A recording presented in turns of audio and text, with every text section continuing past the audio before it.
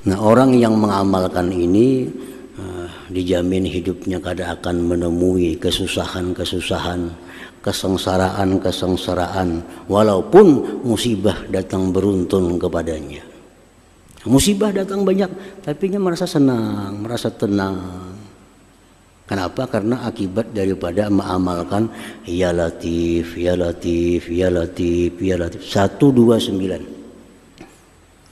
Kenapa kada boleh kada kurang?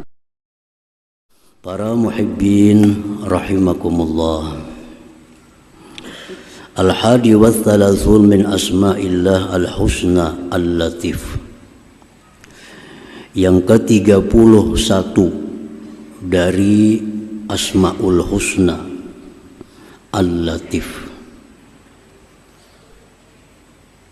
Al-Latif artinya maha lembut, maha halus. Itu Al-Latif, maha lembut, maha halus. Dalam Al-Quran Al-Karim banyak disebut nama Allah Al-Latif ini. Di antaranya dalam surat Al-Muluk, ala ya'lamu man khalaq wa huwal latiful khabir. Tahukah yang mencipta, yaitu Al-Latif, yang maha lembut, yang maha halus. Pencipta alam semesta, dunia dan akhirat itu maha halus dan maha lembut. Allahu latifun bi'ibadihi yarzuqu man yasha wa huwal qawiyyul aziz. Firman Allah dalam surah Asy-Syura, Allahu latifun bi'ibadihi. Allah itu maha lembut, maha halus dengan hamba-hambanya. Banyak sekali dalam Quran disebut nama Allah Al-Latif ini. Al-muradu annahu latifun fi sun'ihi. Dimaksud dengan nama Allah Al-Latif, maha halus, maha lembut, itu adalah perbuatannya. Nah, jadi Latif ini kembali kepada nama fiilnya, nama perbuatannya, bukan nama zatnya. Karena Asmaul Husna ini ada nama zat seperti Allah, Al-Haq. Ada yang nama sifat, Sami'ul Basir contohnya. Ada nama fiil, nama perbuatan seperti Al-Khaliq, nama perbuatannya Al-Latif. Nah, jadi artinya perbuatan Allah itu sangat halus, sangat lembut perbuatannya. Bukan sifatnya halus, bukan zat Allah halus, bukan. Perbuatannya. Ibaratnya Allah itu mencipta satu pohon, maka pohon itu diciptakan dengan penciptaan yang halus dan lembut. Kada kasar artinya. Macam orang mau ulah rumah, membangun rumah, kadang-kadang tukangnya ada yang kasar. Tukangnya kasar, sehingga rumah itu kada bagus dipandang. Catnya kasar, pelister semennya kasar, masang keramiknya kasar, taundur temara. Nah, itu kasar. Tapi kalau tukang ini yang mengerjakan bangunan ini lembut, halus pekerjaannya, maka itu nyaman dipandang. Nah, bagus, rapi kerjaannya. Kada kelihatan tuh ada sambungan, kada kelihatan daripada halusnya pekerjaannya. Nah, itu Latif. Jadi Allah Al-Latif, Allah itu maha halus, maha lembut perbuatannya. Segala yang dicipta oleh Allah itu sangat halus. Oleh karena halusnya ciptaan Allah itu, kadang-kadang kita sulit menemukan keadilan Allah itu. Kadang-kadang sulit daripada halusnya pekerjaan Tuhan. Sehingga kadang-kadang kita sulit menemukan keadilan daripada Allah Ta'ala itu. Kadang-kadang ada orang dicipta Allah sempurna, tampan, kaya, raya, segala macam. Allah ciptakan dengan lembut. Allah ciptakan di sisi yang lain ada manusia yang jelek, yang hitam, miskin, susah. Sama pada ciptaan Allah. Maka Allah maha adil. Maha adil. Nah cuma adilnya Allah itu berhubungan dengan latif, halus. Nah, kalau kita kadang memikirkan beberapa kali perenungan, kita kadang akan dapat di mana letaknya keadilan Allah itu. Daripada saking halusnya, lembutnya pekerjaan Allah Subhanahu wa Ta'ala. Para muhibbin rahimakumullah. Fi tarkibi abdanil hayawanat minal ajza'id daqiqah wal manafizid dayyikah. Allah itu pekerjaannya sangat halus, sangat lembut pada menyusun badan-badan hayawan daripada juzu-juzu yang halus, lubang-lubang yang sempit.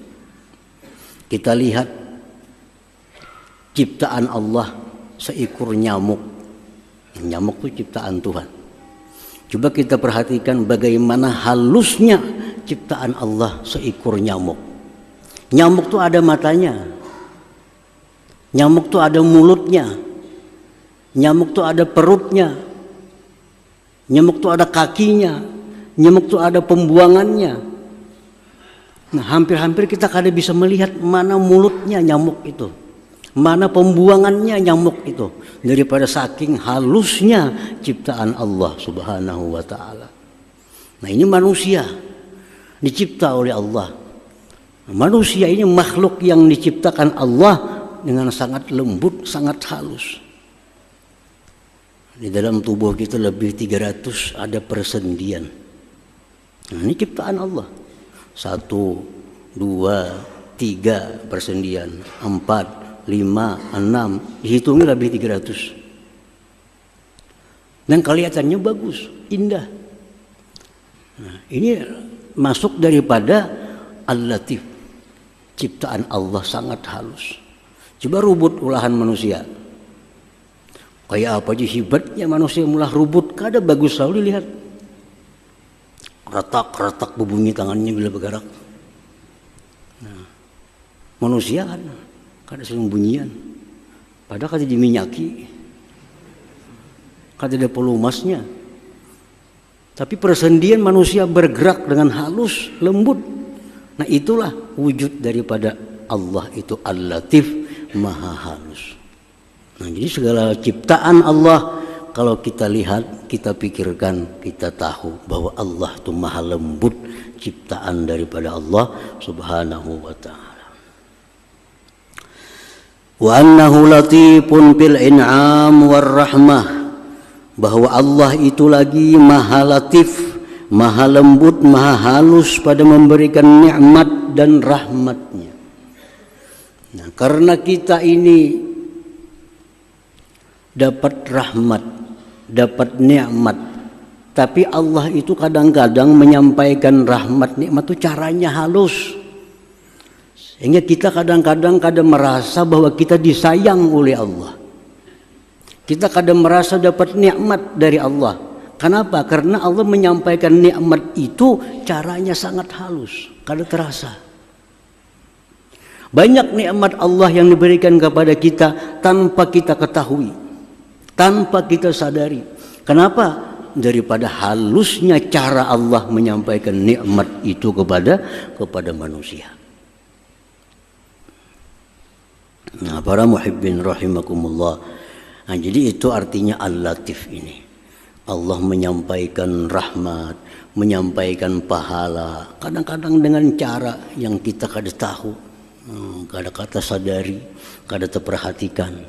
Kadang-kadang orang merasa kada disayang oleh Allah, padahal disayang. Cuma cara menyampaikan sayangnya itu Allah sangat lembut, sangat halus, sehingga kada terasa bahwa kita disayang oleh Allah Subhanahu wa Ta'ala. Menyampaikan azab pun kadang-kadang dengan cara yang halus, sehingga kadang-kadang orang kadang merasa bahwa dia berada dalam azabnya Allah.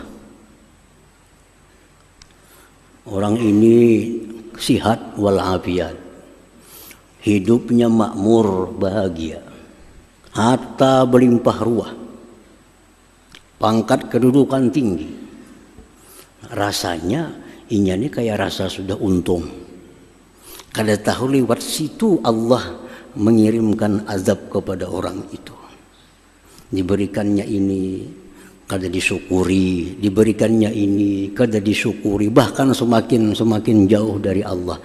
Nah, dari saking halusnya Allah mengirim azab kepada hamba, hamba kada sadar. Jadi artinya kita disuruh selalu tafakkur. Harta yang datang kepadaku ini apakah ini apa nih yang datang nih? Apakah ini rahmat atau azab nih? Karena kadang-kadang kada terasa daripada lembutnya Allah, halusnya Allah cara menyampaikan itu kepada kita. Para muhibbin rahimakumullah. Wa min lutfihi khalqul janin fi batni ummi. Setengah daripada kelembutan, halusnya ciptaan Allah menciptakan janin dalam perut ibu. Janin dalam perut, dalam rahim ibu.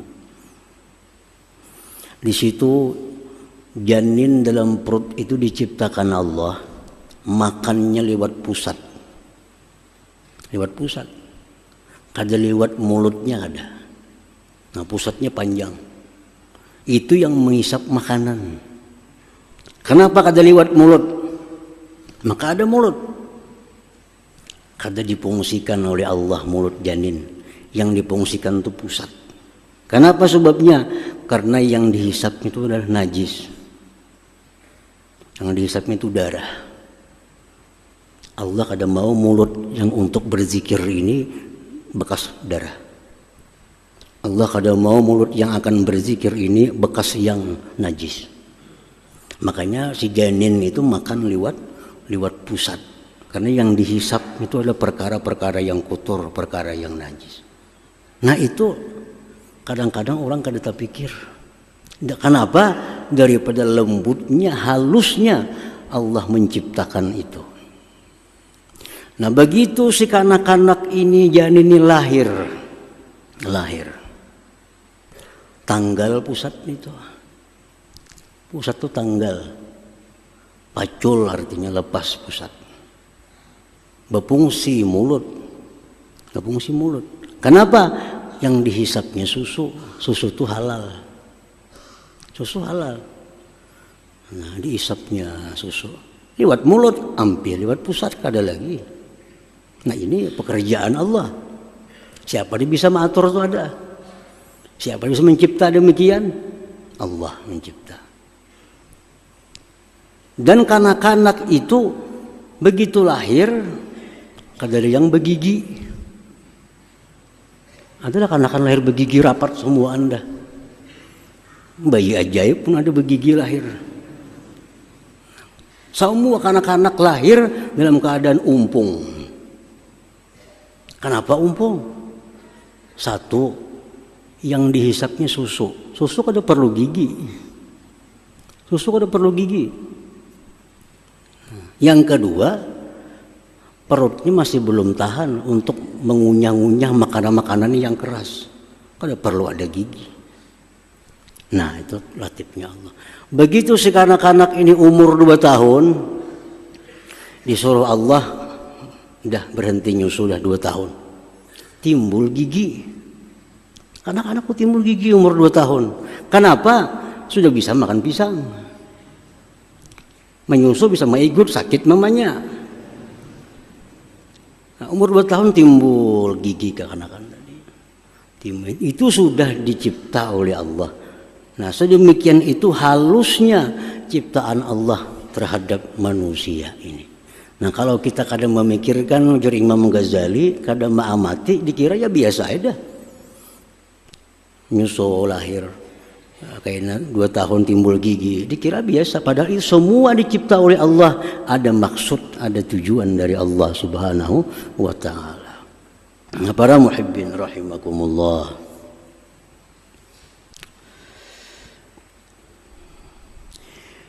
wa min lutfihi, dan setengah daripada kelembutan Allah, halusnya ciptaan Allah bi ibadihi, dengan hambanya, annahu yassara lahumul wusul ila sa'adatil abad bisa'yin khafif fi muddatin qasirah.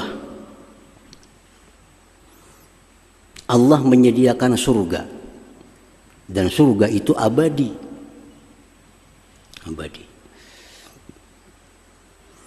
Si manusia calon penghuni surga ini dimudahkan oleh Allah beramal, berbuat sesuatu yang dia masuk surga pada masa yang singkat di dalam dunia. Beramal kita sedikit dalam dunia, waktunya pun setumat sebentar dalam dunia. Mati husnul khatimah, masuk surga selama-lamanya. Ini bagian daripada lembutnya Allah Subhanahu wa taala. Nah, para muhibbin rahimakumullah, jadi kita percaya 100%, yakin seyakin-yakinnya bahwa Allah Ta'ala itu bernama Al-Latif. Segala yang diperbuatnya itu diperbuat dengan penuh kelembutan dan sangat halus. Kalau kita kadang merenungi ciptaan Allah, kita kadang akan tahu daripada lembutnya, halusnya ciptaan Allah. Kalau kita pandang sebatang pohon, pandang biasalah pohon. Tapi kalau kita teliti pohon itu satu persatu, nampak ciptaan pohon ini luar biasa halusnya Allah mencipta sebatang pohon itu. Al-mu'min bismillahil-latif, bermula orang yang beriman dengan nama Allah Al-Latif, ayyarfuqa wa yatalattafa bi'ibadillahi ta'ala fi hidayatihim ilallah.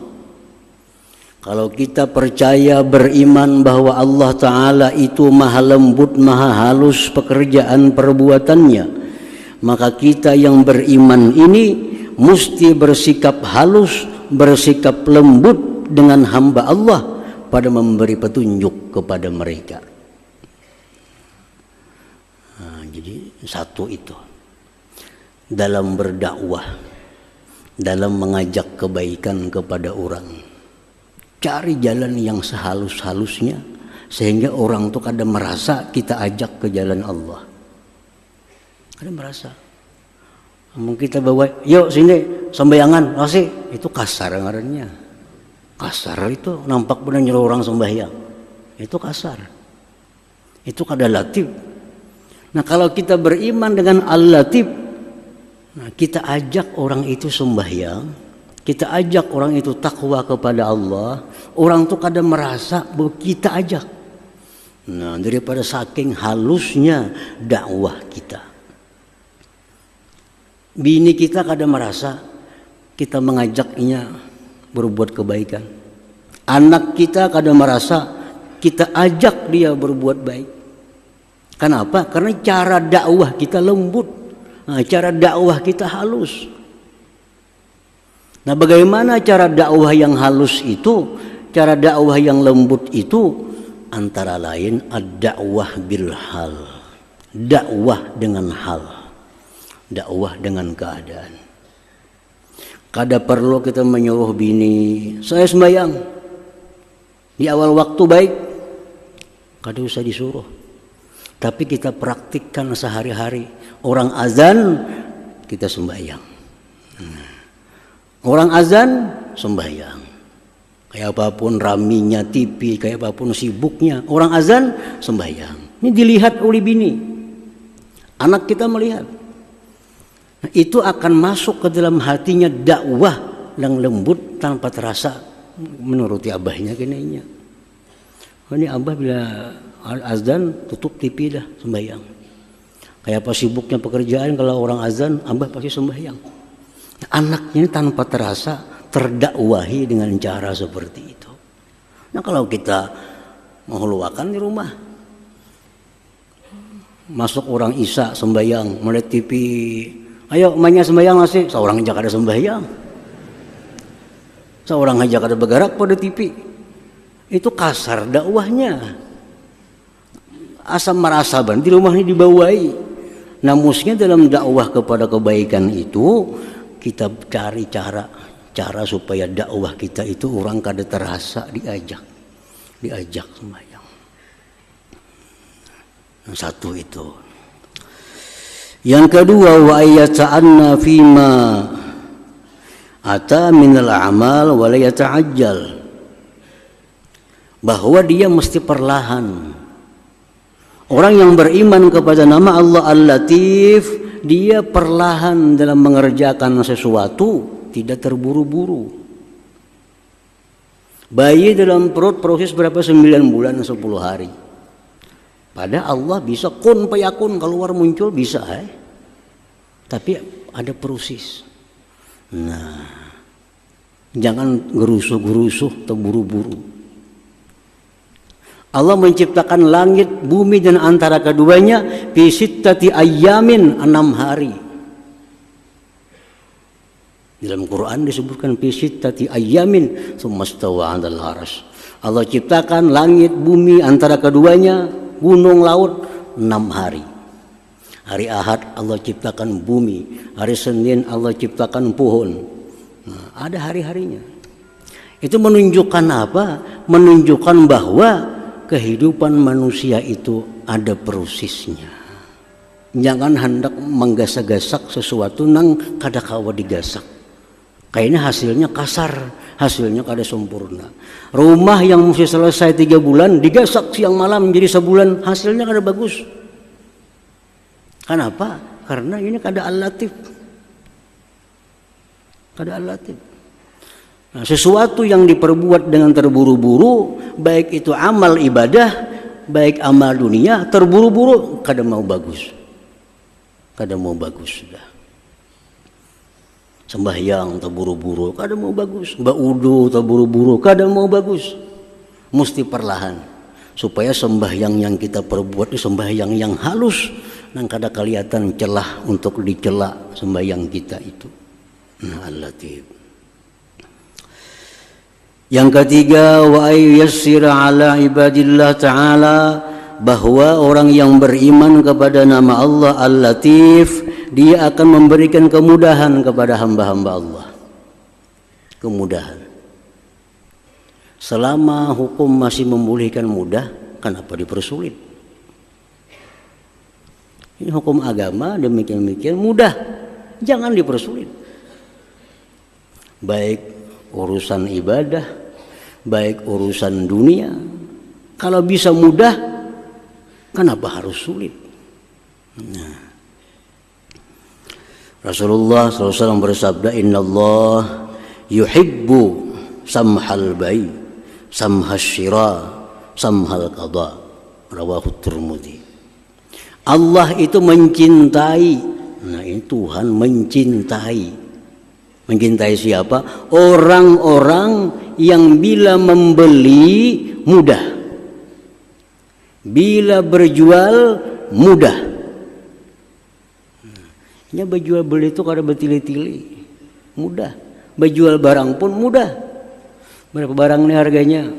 2.000.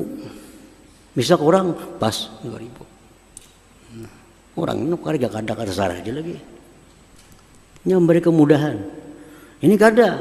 Berapa barang? 4.000. Bilang 2.000 aja lah. Ya 3,5 lah, kada apa-apa.